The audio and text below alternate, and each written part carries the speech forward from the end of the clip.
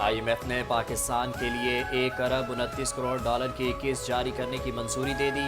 Washington میں منعقدہ اجلاس میں $1 ارب 9 کروڑ کی منظوری امدادی پروگرام کے تحت دی گئی۔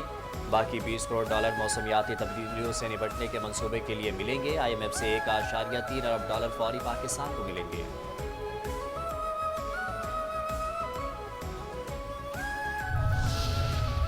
بانی PTI کے خلاف غداری کے مقدمے کا امکان کو رد نہیں کیا جا سکتا۔ وزیر اعظم کے مشیر سینیٹر رانا ثناءاللہ نے عندیہ دے دیا۔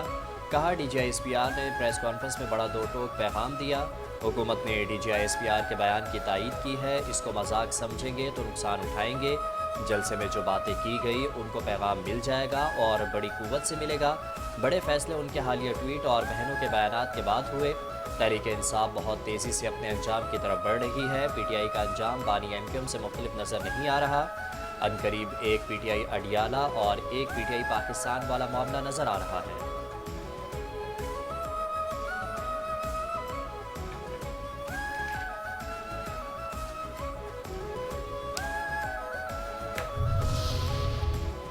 وفاقی وزیر داخلہ محسن نقوی کی لندن میں برطانوی وزارت خارجہ کے حکام سے ملاقات، دو طرفہ تعلقات اور چند پاکستانیوں کی حوالگی سے متعلق بھی بات کی اور ان کی طرف سے پاکستان میں انتشار پھیلانے سے متعلق بھی آگاہ کیا۔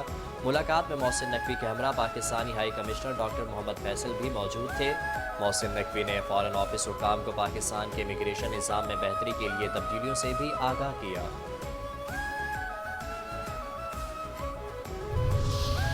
برطانیہ میں موجود سابق فوجی افسر اور یوٹیوبر عادل راجہ کو جج نے بریگیڈیئر ریٹائرڈ راشد نصیر سے عوامی سطح پر معافی مانگنے کا حکم دے دیا۔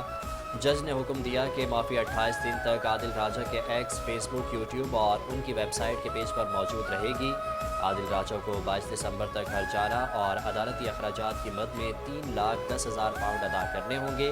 عادل راجہ رواں برس اکتوبر میں اپنے خلاف ہونے والا ہتک عزت کا مقدمہ ہار گئے تھے۔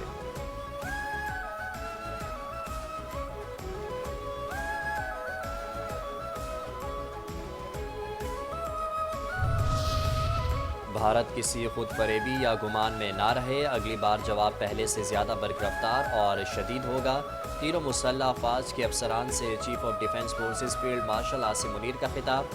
کہا سب یہ جان لیں پاکستان کا تصور ناقابل تسخیر ہے۔ طالبان رجیم کو واضح پیغام دیا گیا ہے کہ ان کے پاس فتنہ الخوارج یا پاکستان میں سے کسی ایک کا انتخاب کرنے کے علاوہ کوئی آپشن نہیں۔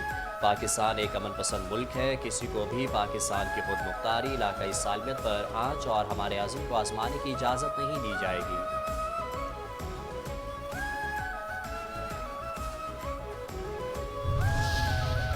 نئے قائم ہونے والے ڈیفنس فورسز ہیڈ کوارٹرز میں بنیادی تبدیلی تاریخی ہے، بڑھتے اور بدلتے ہوئے خطرات کے پیش نظر ضروری ہے۔ ہم ملٹی ڈومین آپریشنز کو تینوں افواج کے متحد نظام کے تحت مزید بہتر کریں گے۔ ڈیفنس فورسز ہیڈ کوارٹرز کا قیام اس تبدیلی کی جانب ایک ضروری قدم ہے۔ Chief of defence forces field marshal Asim Munir نے کہا ہر سروس اپنی آپریشنل تیاریوں کے لیے اپنی انفرادیت برقرار رکھے گی۔ ڈیفنس فورسز کا ہیڈ کوارٹر سروسز کے آپریشن کو مربوط اور ہم آہنگ کرے گا۔ کمانڈ کی یکجہتی کے ساتھ ساتھ تینوں افواج اپنی اندرونی خود مختاری اور تنظیمی ڈھانچہ برقرار رکھیں گی۔ چیف آف ڈیفنس فورسز نے واضح کیا کہ پاکستان کی حفاظت ایمان سے سرشار جانبازوں اور متحد قوم کے پختہ عزم نے رکھنی ہے۔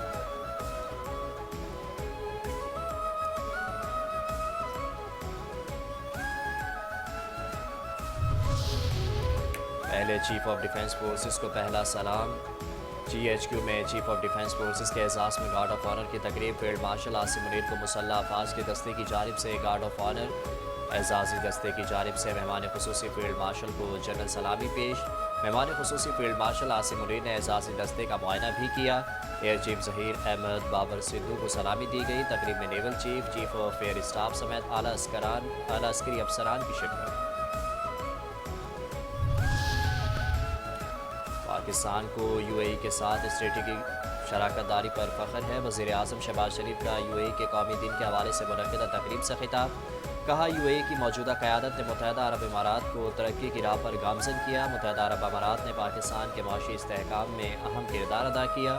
UAE کے قومی دن کی تقریب میں شرکت باعث اعزاز ہے۔